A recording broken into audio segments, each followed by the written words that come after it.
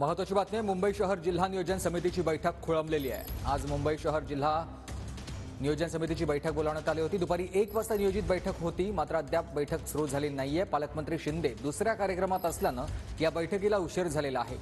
अर्धा डझन आमदारांसह जिल्हाधिकारी आणि मुंबई पोर्ट ट्रस्टचे अधिकारी या बैठकीसाठी खोळंबून आहेत। मुंबई शहर जिल्हा नियोजन समितीची बैठक अद्यापही खोळंबली आहे। दुपारी 1 वाजता ही नियोजन समितीची बैठक बोलावण्यात आली होती, मात्र अजून बैठक सुरू झालेली नाहीये।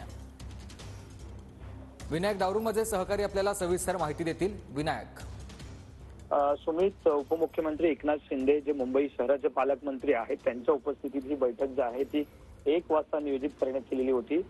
1 वाजल्यापासून सगळेच अधिकारी जे आहेत या ठिकाणी, त्याचप्रमाणे आमदार उपस्थित आहेत। 2 तास झालेले आहेत तरी सुद्धा पालकमंत्री जे आहेत ते अजून या ठिकाणी पोहोचलेले नाहीत आणि त्यामुळे ही बैठक खोळंबलेली आपल्याला पाहायला मिळते। नक्कीच तर मुंबई शहर जिल्हा नियोजन समितीची बैठक खोळंबली। दुपारी 1 वाजता बैठक आयोजित करण्यात आली होती, मात्र उपमुख्यमंत्री एकनाथ शिंदे अद्याप पोहोचले नसल्याने ही बैठक पुढे ढकलण्यात आली आहे।